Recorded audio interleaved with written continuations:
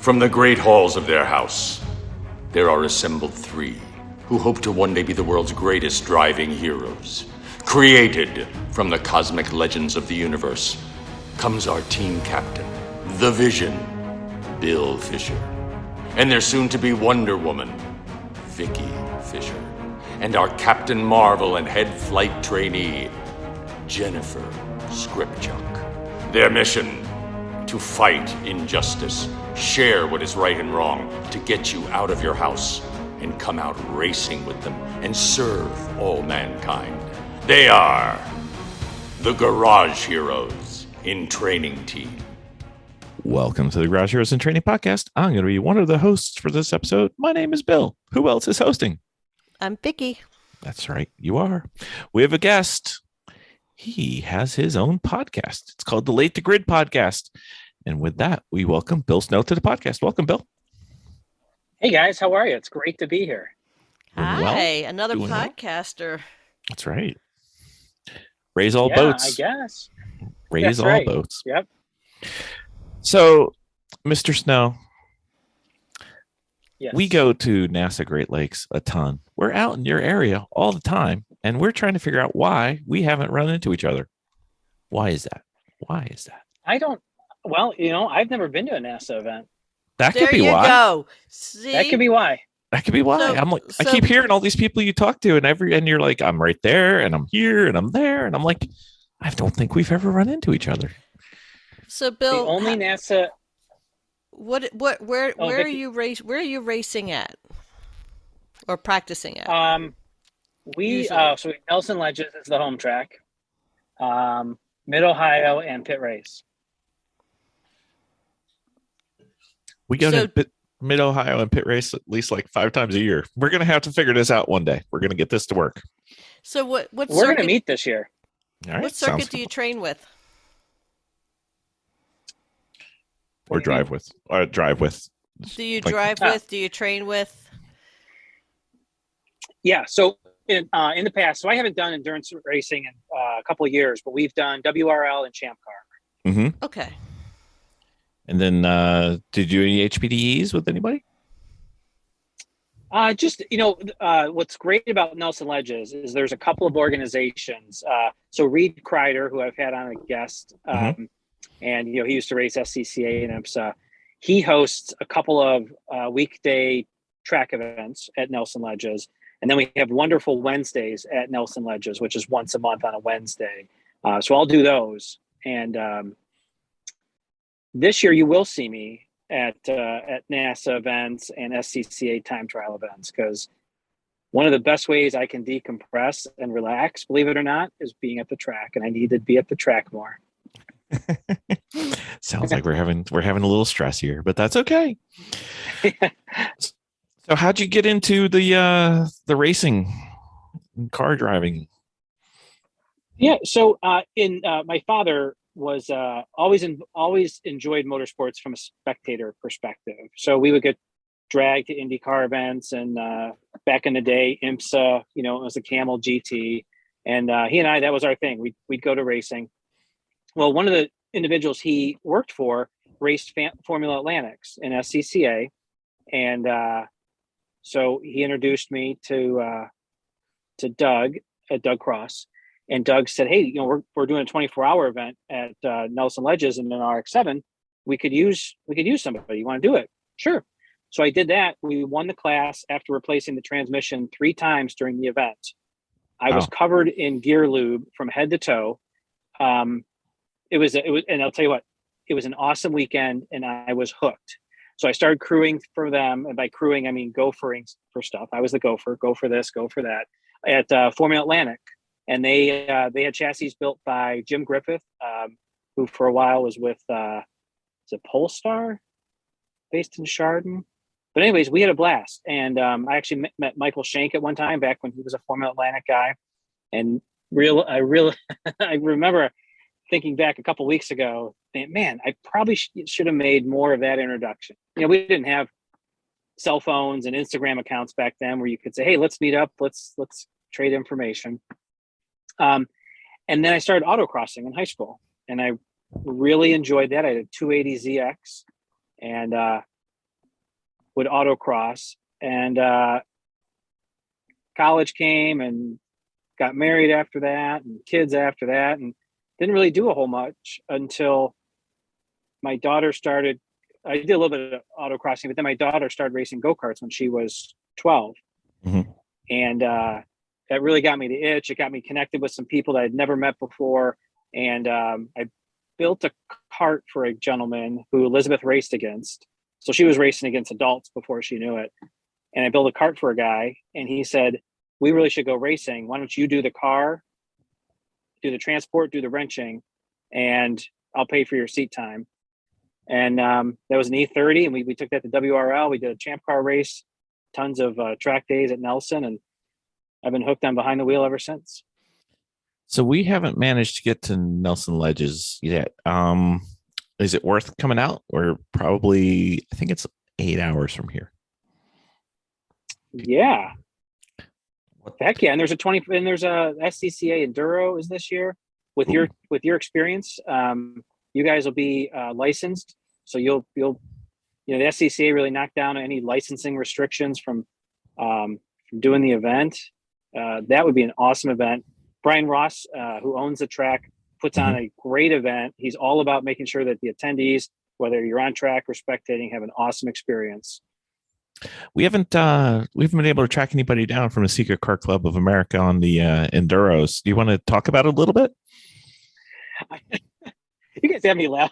You guys have me laughing on the Secret Sports Car Club of America. Yeah, so I can tell you what I know. So there's 3 or 4 of these events scheduled throughout the year. Mm-hmm. It was very cool that Nelson Ledges was selected for one of these. And for folks that don't know, Nelson Ledges Race Course in Garrettsville, Ohio, very famous for endurance racing, always held the longest day at Nelson Ledges. Browns players used to build cars to race there. Paul Newman used to race there in endurance racing. Really cool old school venue. Anyways, my understanding is I don't think it's a 24-hour race. I think it's an 8-hour race. And simple rule book, simple classing, simple driver requirements. And the name escapes me, or the date escapes me, but that's what I know about it. It's probably somewhere around the 21st. Yeah. I think so. Okay. I think so. Yeah. But they keep everything so secretive, It's funny you mentioned that, because the SCCA has been like that. And I want to try to do this. I can remember, not to speak ill of the SCCA, but folks wanting to help out and get more involved, and because we were younger and not part of the old regime or old road racers, we were, no, why are you coming to these meetings? But I think the SCCA has made some great strides in, with social media, hiring some folks. Their Track Night in America is a great way for folks to learn about how to get on track. Yep, it is. We've done a few of those, and we just teased them a little bit because I think their organization is too dispersed. There's no one person to grab, and I can't seem to find anybody who will come on. So that's why I would call them the Secret Car Club, because they just don't want to talk to me. That's right. It's like dating. Well, you're a nice guy. They should want to talk to you. Yeah. I didn't know this was a comedy show. This is good. I'm laughing today. Well, you should have seen us driving. It was awful. It was not bad. The weather was. We was terrible. Did you get out on track last weekend? Because it was quite the debacle in Pittsburgh as far as the weather went last weekend. I was not on track, and I stayed up to date by following your Instagram posts, and I saw the snow and the bad weather and all that stuff. Oh, it was horrible. You had all the weather. All of it. If you want to try to drive in different types of climates, it was a great weekend. We did just about everything except for warm. We didn't do any warm. None of that. No warm. Mm-hmm. So go ahead. What is your professional life outside of racing right now, aside of the track? So, yeah, I'm with Radar Complete Car Care, and we are a franchised auto repair facility, and I get to wear many hats. So I own one of our locations, and I'm also on the franchise side as the VP of Franchise Development and Operations. So I get to be around cars and great people all week long. So I Pretty was cool, huh? listening. I was listening to this podcast. It was somebody who had an issue with being prompt to getting started on the track. I can't remember the name. It'll come to me before the podcast is over. And they were talking about a NASA approved garage for doing NASA inspections and things like that. Is that something you're involved with, perhaps, since it was your podcast? We are not yet. And here's what's super interesting. So we get at my location in Wickliffe, Ohio, we get 12 to 18 cars in a year where folks say, hey, I need a custom alignment. I want these coilovers on. I need my right height adjustment. You know, somebody said corner balancing, we'd say not us. Mm-hmm. And so doing the podcast, a lot more folks are asking, hey, why is this not more of a service you offer and promote? So we're actually getting more behind it. And Marlon Sumlin was hired as our motorsports manager. So he's out pounding the pavement to let everybody know that we do this. And that's one of the things he suggested, is that we become a shop where folks can bring their car and we'll get them a NASA inspection. Marlon's awesome. We love Marlon. Yes, he is an all-around great guy. He is. I still don't know how he fits in that car, but that's okay. It's all right. It's not a problem. So we got all excited because we were like, if he knows about this, then maybe there's like a locator, because we have a certain level of competence or semi-competence, I guess. And every now and then we have to throw in the white flag and just we don't got it. I was just wondering if there was a way to figure out who was, because in our area, we don't exactly live in a densely populated area. So you kind of have to know who it is as opposed to being able to find them. So I was just wondering if there's a way to tell. I guess we could ask some questions, but we'll figure it out. I thought, so a NASA approved shop, you mean? Mm-hmm. Yeah. I thought there was a lookup tool on the website for it. I know Champ Car has that on their website. Yes, they do. Okay. I haven't found it. It's not that it's not there, but I'll take a peek at it. Not a problem. It could be that the SCCA was responsible for putting it on NASA's website, and they want to keep it secret. Secret, yeah. We're so close to understanding the hieroglyphs that are these classing things that they come up with. It's like a bad game of Boggle where they just throw the dice down there, and whatever the letters come out, that's a new racing league. So it's like ST469. Oh, okay, that's so obvious to me. Anyway, part of fun. So tell me more about your driving and race experience that you've had. Can you take a little deep dive? I mean, when you're like at the track, you are support at the moment. Oh, I'm everything. So I'm car prep, car storage, car transport, getting car through tech, driving, whatever it takes. And so my on-track experience started with an R53 Mini Cooper that I had, and that was just a blast to drive. And then as I got into more wheel-to-wheel type stuff, we did a 24-hour race at Nelson Ledges with Champ Car, and it was I'm not a big movie person, but Michael Fassbender. Right. He was there. He was partying it up. Yeah. I guess the ladies like him. So everyone kept saying, do you know who that was? I'm like, no. Is that the guy that's racing the 213 car? Or who's that? But anyways, so that event, it was crazy. We took a whole load of equipment out there on Friday. The car owner that we were working with wanted the whole suspension, all new axles changed. I'm driving around trying to get those. We end up at a scrap yard buying pipe, because the roll cage in the car wouldn't meet a Champ Car specifications. That's awesome. So we found a welder a young man who was going to welding school who brought his equipment. We were up till a little bit past 1 o'clock getting that welded in the car. It's crazy, all the stuff we do. And then jump behind the wheel. And then when it's all done, pack it all up for the team and drive it back. Sounds like a normal race weekend to me. Yeah. Yeah. Although after the beer is cracked and you're loading everything up, you're kind of like, where'd everyone else go? Yeah. That usually happens when we're loading. Guys, where'd everybody go? Hate loading. Yeah. Well, And I've done some. So I'm really looking forward to my first NASA event, which, if everything goes as planned, it'll be next weekend at Mid Ohio, 23rd, 24th. Will you guys be there? I will be there. Miss Awesome. Vicky will not. What levels will you be driving with? So I'm going to do HPDE 3 with my Miata. Oh, cool. All right. Well, I'll definitely Yeah. get on track with you at least once. I don't know where I'll be driving. I basically just float around. I'm involved with HPD1 students, and then I keep myself busy the rest of the time. Sometimes I like to torment things. You're going to be with in 3 with Robin. That's the best. I had so much fun with those drills. It is. You're going to love those. Nice. Yeah, I'm really looking forward to it. Have you been on Mid Ohio in the rain yet? Not in the rain. No. Have you?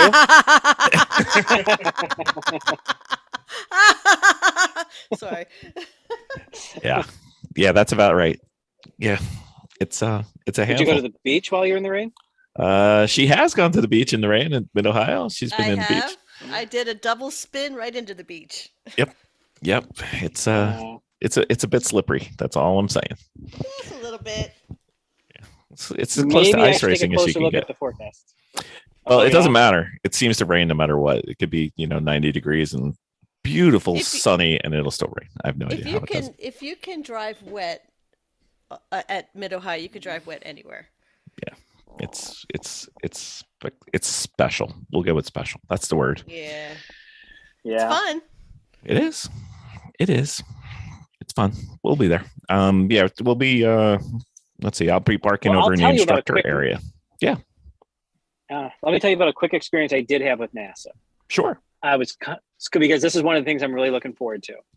Of course, I want to get better behind the wheel and hone the craft. But I was coming back from Baltimore on a Friday night, and Marlon's like, "Hey, we're going to be at PittRace," and I said, "Okay, perfect." I said, "It's going to be late as I'm passing through."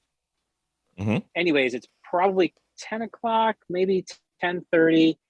Roll up in there. The paddock is hopping, and I'm jumping from paddock spot to paddock spot, saying, "Hey guys, looking for Marlon." "Oh, he was just here, but he went down a couple months. Do you want a beer?" "No, I'm good. I'm looking for Marlon." So I go down, a couple more. "Oh, he was just here. I think he went over here. Do you want a shot?" No, I'm good. I'm trying to find Marlon.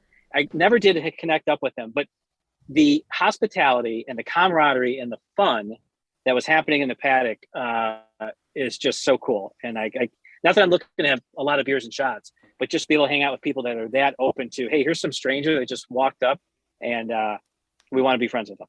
Yep. Well, if you found Marlon's car and setup, we were right across the street from him, so we'll get you next time. It's okay. Yeah, we're usually right there. So where do you think you want to go driving wise? Do you want to try to do anything? Is there any events of note that you're trying to aim at, or any series you want to try, or just yes. all of them, please? All if I have a car ready, all of them. So I have this great spreadsheet that's laid out with everything we're doing. So I have a RX-7 that used to be an ITS car that I'm building into an e-production car because I'm moving everything from one shell to another. Mm-hmm. That car was supposed to be long done by now, and it's still waiting for me to paint it.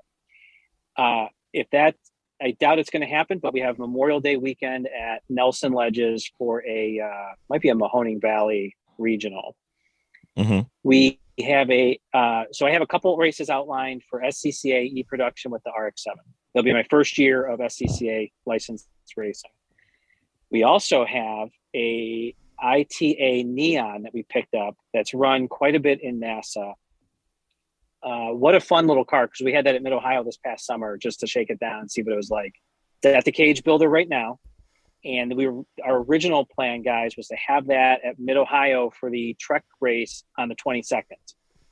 Not going to happen, but we're looking at some champ car races with that as the season goes on, and maybe our CEO and I share that car. So he wants to do some SCCA racing as well. And I'm not sure where it would fit in with NASA, but I do believe my NASA or my RX-7 fits in with a Super Tour. Is that right? I have no idea. We don't keep track. We just go. Just go. Hey, where do I line up? And am Yeah. I late to grid? Send me Will, out. I guess will you that's let it. me? Will you let me go out with these guys? Sure. Okay, that's the one. Yeah. So what I would, so my here are my goals for this year. My goal is to get as much seat time either in the Miata, the RX-7, or the Neon. And then I wouldn't be opposed to picking up a seat if for some reason we can't take any of our cars to some of the later endurance racing stuff in the fall, like September and October. Right. And then seeing how that goes, then I'll make a full decision for 2023 is, did I enjoy this SCCAE production stuff? Did I really enjoy the endurance racing like we used to do? Or do I just want to do HPDE? I can tell you right now, it's going to be something wheel to wheel because it's just such a blast doing that. It is. Vicky's still recovering from her last one last weekend. I think allergies hit me at the same time. It just really kind of took me this week. So, I do have a question. I'm usually interested about people's outlook on racing and those little words that they tell themselves that kind of get them through. Last year, mine was, guys, I paid to be here too while I'm on the track. So trying to make my way around. But I wasn't sure if you had a motto or race philosophy. So the philosophy is just have fun. You know what? It's interesting. Learning follows if you do that really well.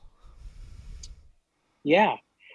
And so I say that to myself for a couple reasons. One is I will get extremely anxious the weeks, the days, the hours up until an event. And I think, and it could be a track day, it could be a race. And I always say to myself, why am I doing this? This is a little stressful. I'm not the fastest guy out there. Do I really want to do this? It costs some money. Then the helmet goes on, the engine starts, and I'm on track. And I'll come in after that session and I'll remind myself that's why I'm here, because I'm having fun. It's the whole world, as soon as that visor goes down, so does the rest of the world. And the only thing that matters is what I'm doing on track and paying attention to the people around me on track. Mm-hmm. And that's what keeps me going. And then the other part of having fun is, listen, we're not racing for the Indy 500 win here. So, when this is all said and done, we make sure the car's ready to go for the next day. Let's sit back and have some fun. Let's get to meet some other people. Yep. It's, some of the stories that we hear in the paddock, just other people, their stories. So one of the guys that helped us out, we still text back and forth about some of the funny stories. And that's what it's all about. At the end of the day, it's just about the people and having a good time. And like I said, racing can be stressful, but if you look at it the right way, it could be relaxing. Mm-hmm. Can be. And the people are, 90% of the best half of it. So yeah. I agree. We had some bad mass in the paddock this weekend. If these silly cars would just stay running and not braking, it'd be so much more fun. Yeah, well, no argument there, sir. So our podcast and your podcast are almost the same, except you're like 6 hours to the west of us by car. But what was it seems like you want to get everybody involved and start sharing the experience of performance driving and racing. So what was it that slowed you down from starting? And how was it the first time you actually got on track, or maybe you even raced wheel to wheel the first time? What slowed me down getting started was lack of knowledge, not knowing what existed out there, not knowing who to contact how to get out there, and right? what got yeah, yep. Or what an ST3 U is. Yeah. God. And here's the thing. I was an SCCA member when I was 16 years old because I was autocrossing and it made sense to join. And as I recall, there's 1 or 2 social events that we did. This is before email. This is before cell phones. Showing your age. You're showing your age. Yes. That's okay. But even though I'd go to I'd read the newsletter that would come, and I'm not trying to knock the organization, but I would read about road racing I understood that I had to talk to somebody about getting a license, but I didn't know there could have been an intermediate step. I didn't know really if I didn't want to reach out to that person. So fast forward, I have this Mini Cooper, and one of the Mini Cooper groups in Cleveland says, hey, we rented the track for the day. It was super cheap, like $130 per person. And yeah, just bring a helmet. Okay. So I went out, met a bunch of people I didn't know before. We all had Mini Coopers. There was a guy, Carbotech Brakes was there. That's how I first met them. And Carbotech was actually offering assistance. They'd hop in the passenger seat and go for do a little instructing. And here's the funny story. It was kind of a warm day. It was a Saturday, I believe.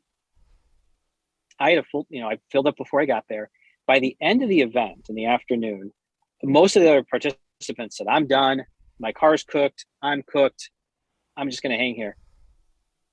I just kept going and going and going. And I was so giddy. I remember coming home and my neighbors were talking to my wife, and they were like, what did you do today? And I said, I did this. And like, holy cow, really? You had a car on a racetrack? And from there, I was like, this is so much fun. So if the Mini Cooper Club had never posted or rented the track, you and I might not be talking right now. Yeah. So the whole reason I started the podcast was, how do we get more information out there? How do people share their stories? And, if one person hears that story, they might think, that sounds like me. I think I could do this. Now I know what the next step is. Mm-hmm. Yeah. It's often the biggest thing that we noticed when we first started, the reason we started a podcast was people didn't believe that, a normal person, not that we're normal, but, normal-ish, could drive a race car or could race cars or could get on a track. And it was just so foreign to them. They were, some people couldn't tell if we were playing a joke on them or trying to tease them or just making it up, or they're like, no, seriously, it's not that hard to do. You can do it too. So hence we have a podcast. So, So since you've already answered, why did you start your podcast? Do you have any goals for the podcast? Yeah, it's you continue to spread the word. It's funny, I get some people that say, oh, you ought to have so and so on. I'm thinking they're nearly a professional racer. Maybe there's a component of their story that's of interest. The goal would be just to continue to share the stories. One cool thing I would love to be able to do is start like a series. So maybe it's somebody that says, hey, I want to get into this. Okay, we're going to have you back on at the end of the season or mid-season. How's it going? What did you learn? Let's have you on at the end of the season and kind of track someone's progress through their on-track experience. That's, everyone says, oh, you got to monetize your podcast. You got to do all this other stuff. If it ever starts to feel like work, right, I probably don't want to do it anymore. Yep. We're with you. And if you ever start to make money on the podcast, let us know how it works. Because right now it's just a money pit, but yeah, we'd be happy just to break even. So, and go ahead. I was going to say one more thing, Bill. Another thing that'd be fun to do with the podcast is like, so I'm on yours. I want to have you guys on mine. And then as we continue to build the network of podcasts, more and more people learn that, oh, well, I'm going to listen to GHIT tonight because, they have on this person. Or now I'm hooked on GHIT and I want to be able to listen to these guys all the time. I want to learn from their perspective. Or, I had one person contact me and say, is all you do SCCA folks? I'm like, well, no, that's the folks I've had on most recently, but there's, go back and listen to all the other ones. So really start to work with some other organizations and get more folks involved and help spread the word of your podcast, my podcast, and all the great motorsports podcasts. Raise all boats. That's right. There's not that many of us, and almost everybody you meet's great. So we started out just having people that we'd met and people that we'd raced with, and then we started expanding to things that we didn't know, which gave us thousands of episodes that we can do. Yeah. So, and then we started looking at, things that we were aspiring to. And, we've had a Grid Life GLTC series. We've done a bunch of things that, just trying to see what's available and see what we can do and see what our listeners can do. And, just try to make sure everybody's aware of all the stuff that's out there. Because sometimes it's just finding your little niche that you like and going out and having fun with a bunch of soon to be friends of yours. And that's the best part about it so far. Yeah. And years ago, I would search for podcasts like yours, and I couldn't find anything, or they fizzled out. They had a couple great episodes, they get you hooked, and then I don't know if their life got in the way, if they lost focus, if they couldn't find people. So the consistency of making sure that these stories are shared is super important. Yeah. If you do a search, you'll be surprised how many of them seem to die in like the 20s.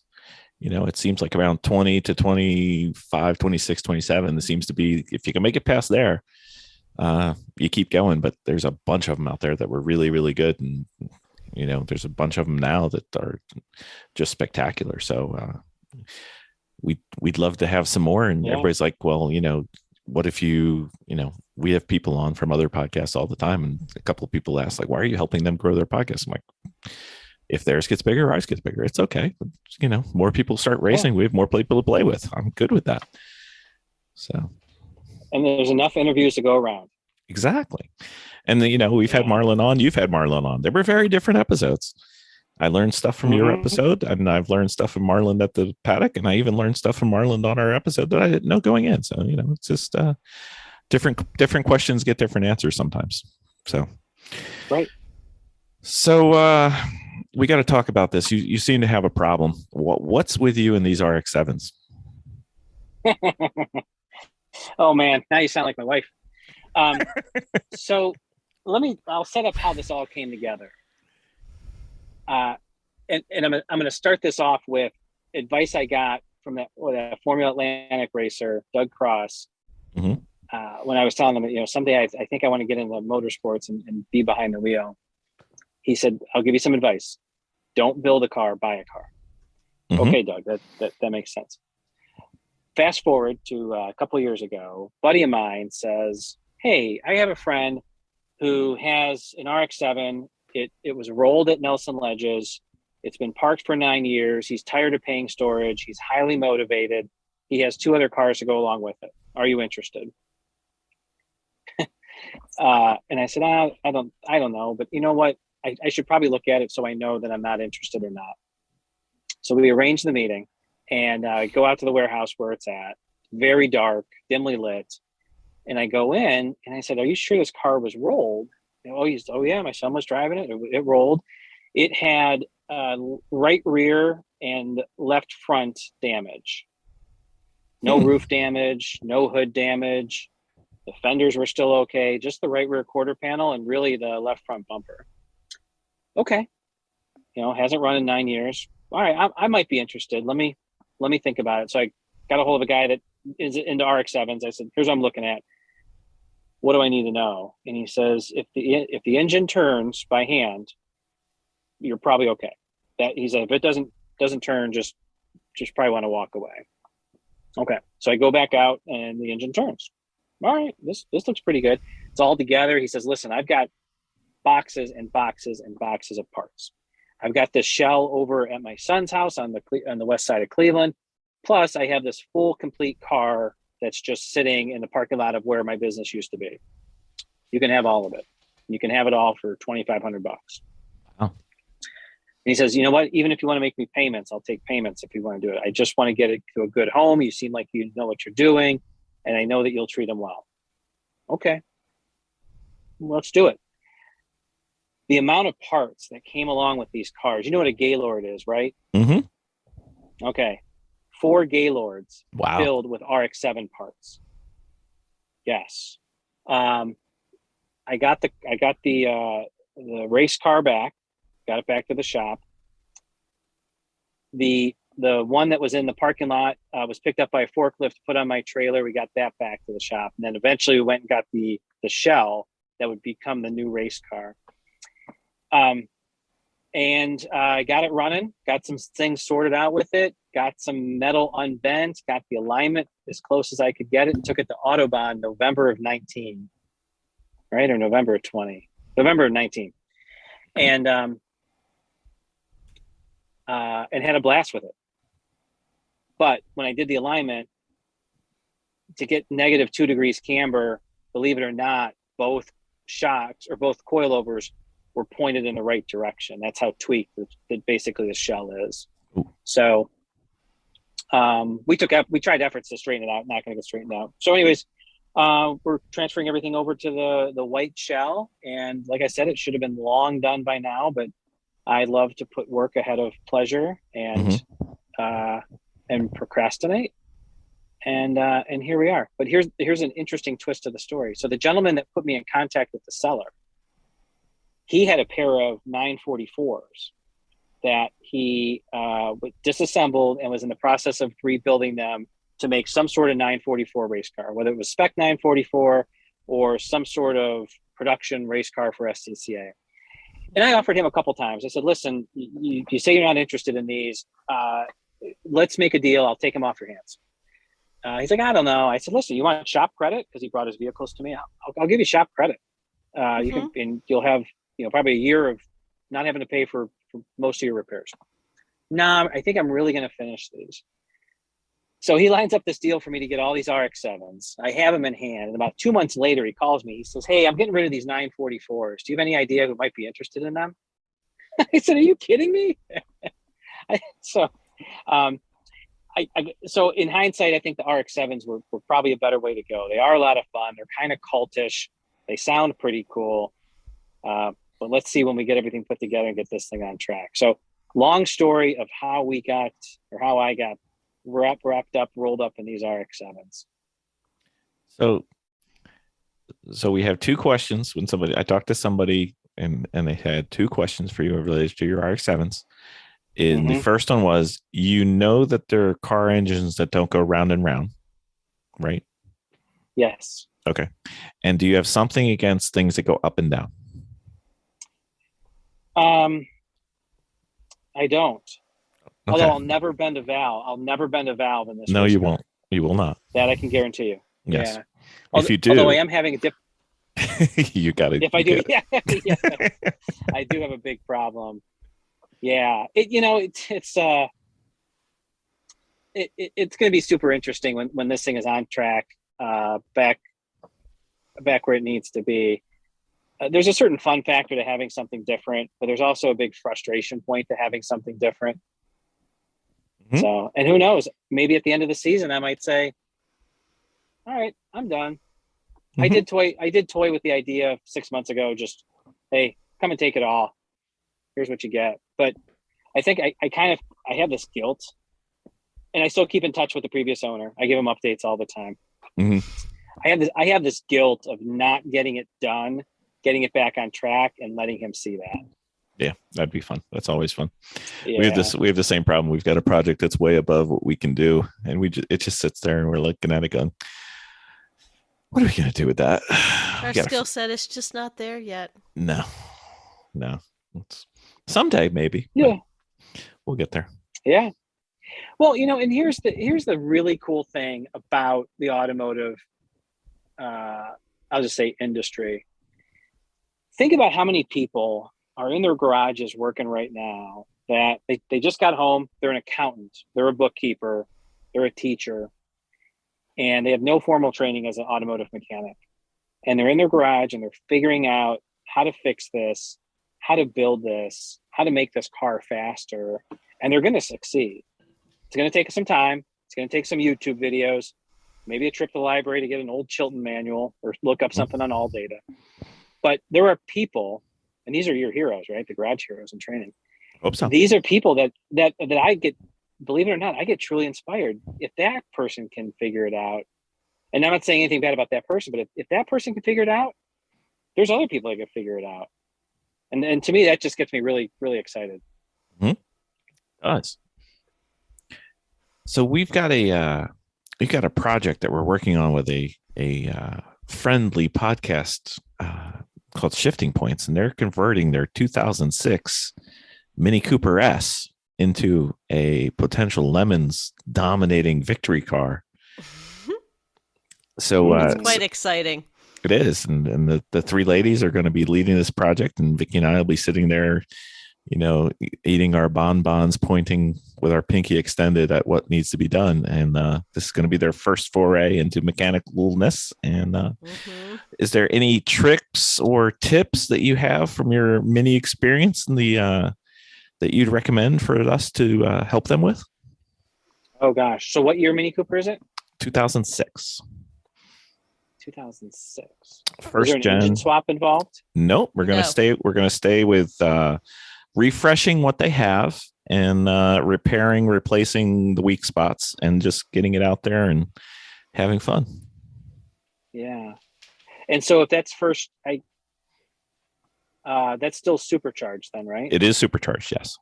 Good. All right. So obviously make sure you have the correct tool to do the serpentine belt. Mm-hmm. You need the special tool for that. In the common, are you looking for common failure points or common? Yeah. Anything that we can do so they can just get what we lovingly call a car that is a lapper. It just goes, just for fun. Yeah. So the power steering pump, make sure the cooling fan works. Have a spare pump if it doesn't. Mm-hmm. The engine mount on the passenger side is liquid filled, and it loves to leak out black goo. Some people make a replacement that's made with urethane inside. Okay. I forget that. Gosh, what else? Don't connect your cool suit up to the power source underneath the passenger seat, because it'll give you a low oil pressure signal during a 24-hour race. We know you just happen to know that. Yeah. Oh my gosh. Yeah, we would bring it in. We were looking at wiring. We did oil changes. We tried thicker oil. Oh my gosh, we would have been on the podium in class, not in first spot. I think we would have finished third with as many laps as we went down. Mm-hmm. Mm-hmm. But anyways, back to the Mini Cooper. Here's a tip. The fuel pump relay is on the kick panel on the driver's side, right by the footstay. If the panel comes off and your driver likes to keep his foot pretty over there, it'll loosen it up and your car will get towed back in. Oh. I know that from experience. So do you guys want a story about that, or you want to continue? Sure. Absolutely. No, we got plenty of tape in the machine today. All right. So trying to sleep in the trailer. It was nighttime, and someone comes and wakes me up and says, "Hey, the car's getting towed in." And so I could tell the fuel pumps aren't kicking on. So somebody grabs a screwdriver and starts wanting to take the fuel pump out. I said, "Time out. Let's check fuses and relays." The driver was still in the car, actually. I went down, I wiggled the relay, and it started right up. And I told the driver, I said, "If it happens, I'm going back to sleep. If it happens again, kick your foot to the left, and it should start again." So pay attention to that. Best yet, leave the fuse cover panel back on. Tape it. Yep. Sounds like we'll be using our tape. Yeah. Other than that, it's a pretty reliable. It's a pretty reliable little car. Make sure does it have a stock supercharger pulley? I would expect that everything is stock at this point. Yeah. Make sure that make sure the belt is good on that, mm-hmm. and make sure it's all. Sorry, my somebody pulled up next to me want to talk. No worries. So sometimes the belts will creep off a little bit if you have a replacement tensioner on there or replacement aftermarket pulley or aftermarket crank. And coolant recovery bottle. Mm-hmm. Make sure that it's good. A lot of people go to an aluminum one. Okay. Gosh, I want to buy a Cooper again. Thanks, guys. We're here for you, man. those are the big all things very that jump helpful. out at me. Yeah. Very helpful. We'll be doing through a full build. It'll be quite fun with them. And they're very excited. We'll see if they stay that way. Who knows? Yeah. Yeah. The tricky part, I don't remember if we got in trouble for this or if this was the focus we had, but with the battery in the back, I think it had 2 cutoffs. One that the driver could easily reach, but then there was a secondary cutoff in the back hatch. There was something weird with the battery setup on that one. We didn't build that one. We kind of rented it because our Focus wasn't ready. Right. Well, that'll get us started at least, and then we can break our own things. So that'll be good. Yeah. Exactly. Miss Vicky. I know. Well, I think it might be time for us to play a little game if you're interested. Oh boy, let's do it. Yeah, you know this one. He will We soon. call it Fast and Furious Storytime Questions. And we just go ahead and we discuss some of the things that are involved in your life and get to know you a little better. So, Bill, you want to start us off? All right. So, what was your first car, and what was the worst car you've ever had? First car was a 1982 280ZX. Oh, that's a lot of legroom in that car. I know. That's when I started autocrossing in high school. Is this a lightning round, or should I expound? You can do anything you want. We have all day. Well, I put a huge whale tail on it. I put an air dam on the front. It's a car that taught me. Captain's log supplemental.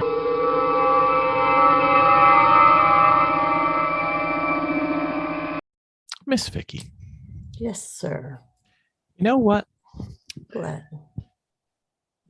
I've been thinking about this Sentinel system. Yeah. Tell me about the Sentinel system. So what I was thinking was, we have the one car that's got the aim dash that's slowing us down.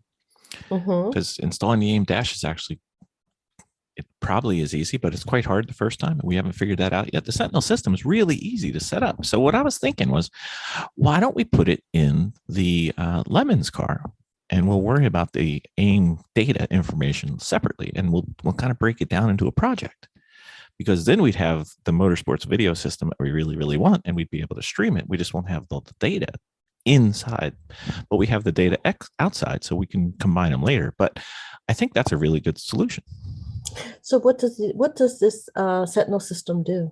Well, if it had the aim data, it would have all the data on the screen, and you could see all their telemetry and everything live. But we'd be able to not only record it for viewing after the race, but we could actually watch our car during the race. Ooh, like on the monitor and everything? On a monitor, if you were at home and I was at a track, or if you were at the track and I was at home, depends on who gets the short straw, but we'd be able to watch each other. It's something I've always wanted to do. And you know what? If you're driving, you know what you can do on the Sentinel system? What's that? You can communicate to me with your hands, and I can't do a thing about it. Even better.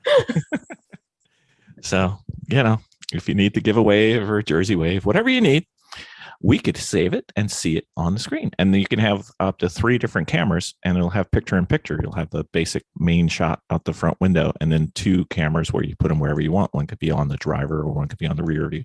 It's kind of cool. Then we can upload it onto YouTube. We could bore millions of people on YouTube. I love it. All right. Very well. You know what the only downside I see about this? What? Your mom and my mom are going to be panic stricken the entire weekend watching this thing to see if everything's going well. This is true. We probably shouldn't tell them. I like the idea of having a Sentinel. Well, luckily we have maybe 2. Depends on how things go. We're going to try. All right. That sounds like a plan. That's the project. We got to get that ready for the next race. Sounds great. All right. Very well. Thank you, ma'am. That having a car can be fun. Working on a car is not intimidating, but you have to have patience. The car that I liked the least. No, worst car. Doesn't have to be like the least. Oh, you could love it. It just is the worst car. Okay. So that car, I bought my dad's 300ZX, which was an 87. That left me stranded on the way down to Mid Ohio to crew for the Formula Atlantic team. It turned out it was a water pump, or a thermostat rather. Then it would occasionally die as I was driving it. I'm just getting into working on cars. That was a fuel pump wire issue. Then the timing belt snapped. Yeah. So it,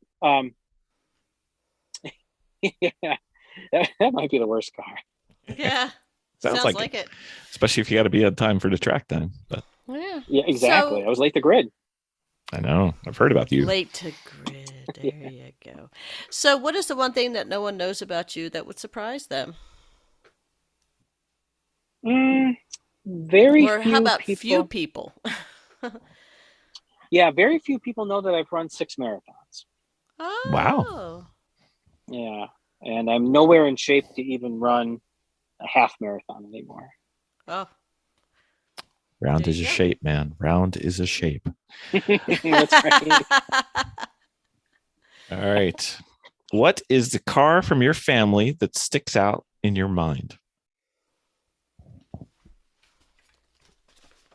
Like growing up or current? Growing up.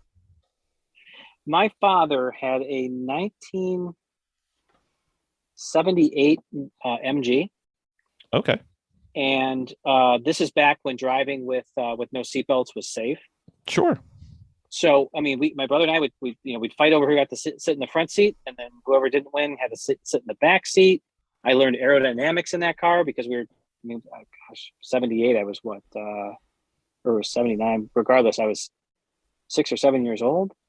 So I'd stand up, and as we were driving down the street, I'd lose my ball cap because I'd wave to a friend or something, and I stood up and something fell off my head. We got to drive back and get it. So I learned about aerodynamics like that. I learned not to take the car to take the parking brake off when it's on a slight incline, because then it'll roll away. Good life But lesson then I also there. I learned cars could be fun. Yep. Indeed. So what is your favorite trek and what is your favorite turn? Oh man. My favorite track in general is going to be Mid-Ohio. Because of, believe it or not, when my mom was pregnant with me, my mom and dad went to a Trans Am race down there. And that was the summer of 72. And I like to say I was hooked ever since. So growing up, and I mentioned going to IndyCar races, sports car races, we went to the vintage races there. We would go to 1 or 2 events at Mid-Ohio every year. And then in high school, when I had that 280Z, we had it in the car corral for one of the IMSA races. I got to take a lap around the track. That was like the coolest thing to me at the time. So it's got a lot of memories for that. And then my favorite turn, I don't know the name of the turn there because that's how much of I just get in and drive. But it's when you're coming out of Madness and you come over the blind crest and you just have to keep your foot in it and trust nobody is there. The to me, that's right-hander? kind of fun. Yes. Yeah. Yep. Is that Thunder Valley? I think it is. Yes. Yeah. So I don't know what turn number it is, but yeah, you can have it in most of your cars. You can have it. I should say most of the cars I drive. You can have it pretty near full throttle, and you're just flying through there before you're somewhat heavy on the brakes. It's just, I don't know. To me, that's really fun. So to follow along with this question, we also have, do you have a nemesis turn, one that you just can't get right or just doesn't feel good? Yeah. So there's sometimes it's called the carousel. I think it's what most people refer to it as at Nelson Ledges.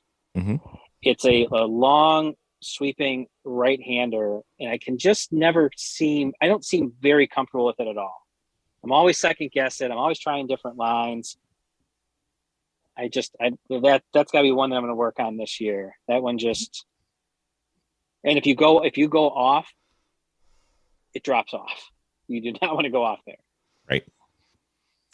So do you have a car that got away? Either you sold it and you want it back, or you didn't pull the trigger, or you look back and you're like, wish I had that. Yeah, in hindsight, it's always easy to reflect back on. The 280ZX, I parted it out because the floors were just so rusty, and I didn't have the skills, I didn't have the patience, the time to put it into. But that's a car that would be maybe frustrating to have today.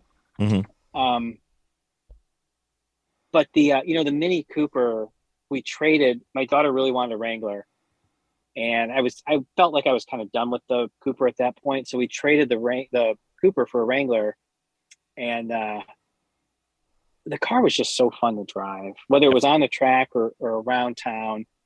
I had it to where I wanted it at the time, and there's so much more I could have done with it. I think about that. I don't miss it. No regrets. We really enjoyed that Wrangler. But that's yeah. And I'm not the kind of guy that chases cars. I probably should. We can help you if you need it. Yeah. I mean, we've got tons of bad ideas, so just let us know if you need me. No, not a problem whatsoever. So, what was your most memorable breakdown on the track or road? Well, when that thermostat shut on the 300 in Wilmington, Ohio, that's a memory that lives in me for a long time. But on track, oh man, I kind of like the got to go back to sleep story. That was kind of one of my favorites so far. Yeah, well, I got to tell you. So I told you about taking the RX-7 up the Autobahn. So we're day 2 of being at Autobahn, and we're in a session, probably the second or third session we're doing for the day.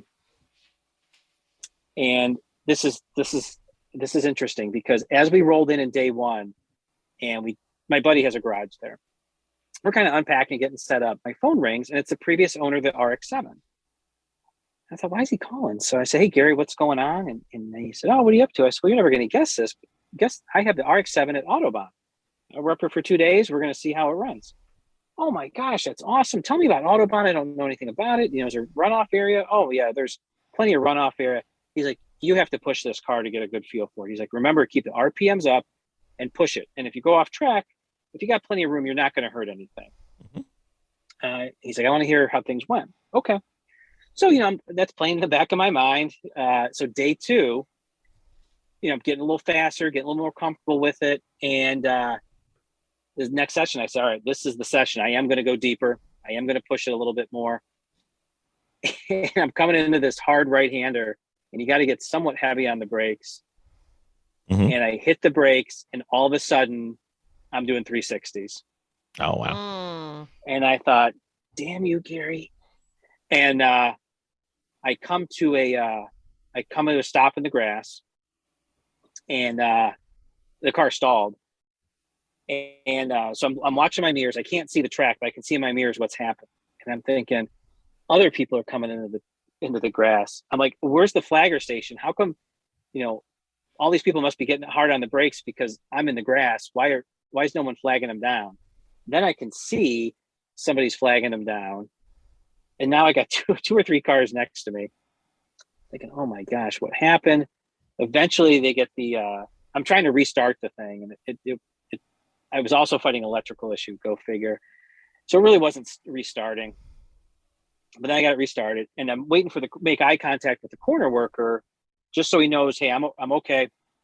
So they eventually come over, and I said, they asked what happened, and he's like, yeah, the front of your car's got some oil on it. It looks like someone laid some oil down. I'm pretty sure it's you. I said, oh, I don't know. He comes back, he's like, no, it's all over the front of your car. It probably wasn't you. So I said, hey, listen, can I take my helmet off? Yeah, thank you for asking. Yes, you can take your helmet off. Stay in your car for now. But anyways, long story short, one of the oil lines blew to one of the coolers, and it was indeed me. And I went around and told the other people in the session, hey, I apologize for cutting the session short for you. Hopefully everyone's like really cool with it. So of course I get on the back of the tow truck. We get back to my buddy's garage. Of course, he's got his camera. He's filming me. He's laughing his butt off. All that's thinking in the back of my mind is, am I going to get a cleanup bill for this? And thinking, man, how many bags of oil dry? Sure. I told my buddy, I said, hey, if they send you a bill for the cleanup, just let me know. I'll take care of it. Well, then we had Mark Basso on, who created Autobahn, on our podcast. And And I wish I had the recorder button going because he was giving me a lot of grief about, he's like, I understand you put down a bunch of oil. I got to get your address to send you a cleanup bill too. And my buddy had put him up to it. But that's probably the best story I have about being stranded on track. Mm-hmm. Well, I mean, you put most of the oil down in the grass after you went off, so you were fine. That's right. Yeah. The next session got out. They were open wheels the next session. So, oh, good God. If I get any grief from those guys. Yeah. Very cool. So, we're going to play the lottery and Vicky's going to roll her eyes, but that's okay. We're going to play the lottery. We're going to win big. We're going to have a desert island, and on our desert island, we're going to have a track. It's going to be asphalt track. It's going to be lovely. We also have a dirt track in case you need one of those as well. And as a thank you for coming on to our podcast, we want to make sure that we have the proper weaponry for you there. So what 5 cars do we need to have on our island for you when you come by? Love it. So the answer is always Miata, right? It can be. Some person said Can be. 5 of them. Yeah. So I would want either I have an NB Miata, so let's take one of those. Okay. I would love a late 60s GT40. Okay. I love the story of those. And then I think it'd be cool to have like a mid 90s Indy car. Mm-hmm. Wouldn't that be cool? And sounding that just for fun, let's put a NASCAR road course car in there. Okay. You want to go left and right? Okay. Yeah. Yeah. And from what I understand, those things are a blast. They're not overly expensive, and they're popping up at a lot of events. There's usually one at Mid Ohio, so we may see one next weekend. Yeah. And then am I picking a car for the dirt track as well? If you want, it's whatever your interests are, sir. Yeah. I'm having lots of fun with the Legends in iRacing. So we'll throw a Legends car in there. Legends car. Okay. You know, they don't bang around quite as well in real life as they do in iRacing, right? Probably not. No, I don't think so. I'm on an island. I'll learn. Yeah, that's true. I'll hit water eventually. Yeah, we'll just take it out with the Mini. It'll be fine. What could go wrong? Yeah. Miss Vicky? Yeah. So, when you're behind the wheel, what do you think that you are good at? Relatively good at? Stuff that needs a little bit of work and focus, and what are some of your biggest areas that you need to improve on? Yeah. So what I'm good at is staying out of people's way. My arm gets tired from pointing people by. Mm-hmm. Okay. You're a polite driver. I am. The last thing I want to do is mess up someone else's race. And I was watching some footage, and well, it all depends on the car. I'll just say that. But Sure. I'm a very polite driver. I will give more room than needed. I will throw my lap away if I think that the person behind me deserves that because they're in a faster car, they're going for a position, that sort of thing. Mm-hmm. That's what I'm good at. What do I need to get better at? The confidence to brake later. And I like to say I'm probably a 7 or 8 tenths driver. Mm-hmm. So how do I get to that 9th tenth or 10 tenths? Robin will take care of you this weekend. Oh yeah. Oh yeah. Yeah. So that's why I want to do the HPD3. That's what I have to get better at. Now, what was the third one? Go ahead. What areas do you know you need improvement in?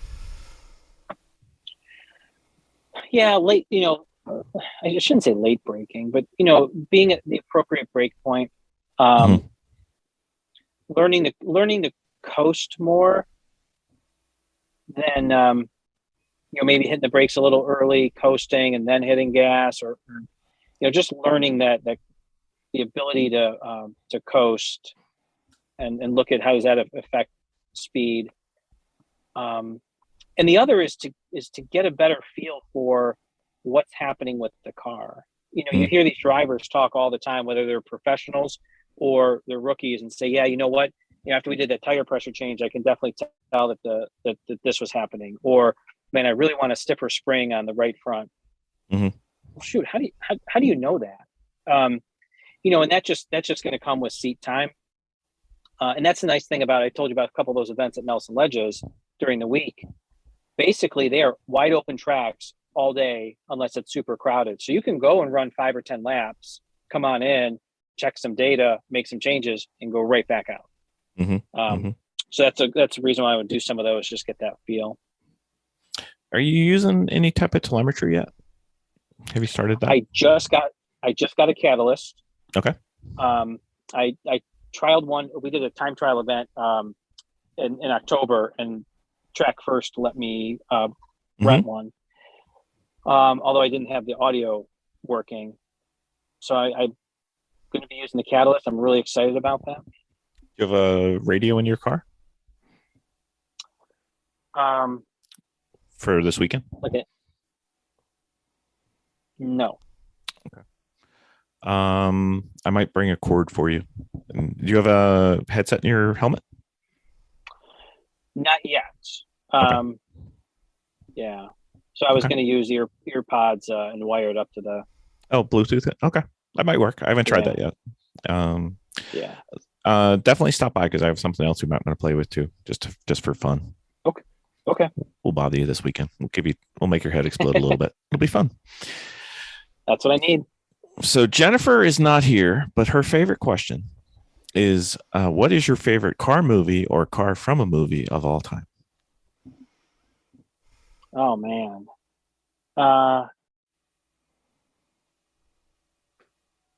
Gosh, there's so many great choices. There is. Yeah. You can do a couple. It's your episode. Well, so I'm gonna go back to the GT40. Mm-hmm. And there's a couple. There's the 24-hour war. There's Ford versus Ferrari. Mm-hmm. Again, I really, really like that story, and what Henry Ford and Carroll Shelby and the whole clan did to beat Ferrari at Le Mans. And I have a picture of all 3 of those cars crossing the finish line in my office because it reminds me of, if you're determined, yep, this can happen. And sure, you had unlimited funds to do it, but so that would be my number one choice. I don't know. I could always watch Days of Thunder.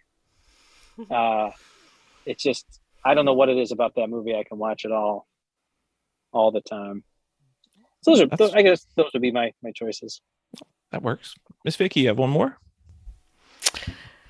Sure. Let me pick. In your opinion, how much of racing and driving is learned and how much is natural skill? I would say, I'm going to say 20 to 30% is skill. Mm-hmm. The rest of it, or you're born with it. The rest of it is learned. Mm-hmm. And there's so many, look at Paul Newman. I mean, he didn't start racing until he was 47, I think, 48. There was just another story I heard about another driver, a famous driver who didn't start till his late 40s. So there's still hope for us all. I hope so, because I started at 50. But you take that, the 10,000 hour concept that anybody can get good at something if they put 10,000 hours of effort into it. Now there's some people that won't have the lack, I don't know what you want to call it, the lack of fear, to be able to go deep into a corner or hold this turn that long. But somebody that can say, I can get over that with seat time, I think most people could probably get there. True. Okay, so since you have a podcast, we've got a new question. This is kind of fun so far. So what was the first podcast you ever listened to? And what are 2 or 3 good racing or car related shows that you like? Oh my gosh, I do not. Oh, you know what? This is, I don't even think it's a podcast anymore. This is the one I remember listening to first. It was Steve Robbins. He was the Get It Done guy. Mm-hmm. And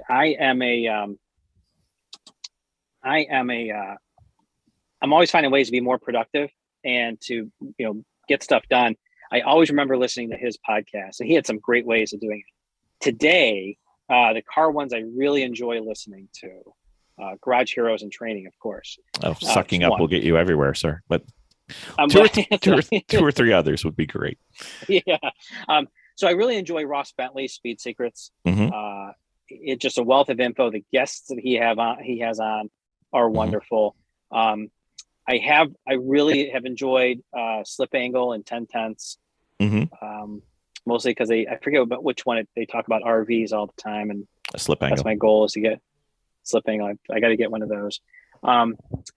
Track walking with Scott Robertson and the other gentleman. Yep. Sticks out. And then for a long time, I used to listen. This will be the last one I talk to you about. No worries. Cars, yeah, with Mark Green. I haven't listened to it in a while just because there's some other ones I'm starting to fall in love with. But he has a very nice podcast cadence. The interviews are basically the same, and they share some great stories in a predictable amount of time. Yep. It's he does a daily podcast, which means he's either extremely efficient or has way too much time. Yeah. Once or twice a week is a full-time job almost, it seems. So, All right, sir, you've got a podcast. How would people find it? What would they look for? How would they keep up with you? All the good stuff. Yeah, so they could keep up with us by going to latetogrid.com. We are most active on Instagram, and our handle's Late to Grid, but we're on Facebook, and we're trying the Twitter thing. And anywhere they listen to podcasts, whatever the somebody shared a really cool term, podcatcher. So that's any app, a website that plays podcasts, you can find Late to Grid there. And it's awesome. So we hope you get one or two new listeners, and we will try and see if we can promote the show a little bit. And it sounds like I'm going to meet you next weekend in person for once. Finally. I'm looking forward to it. Yeah.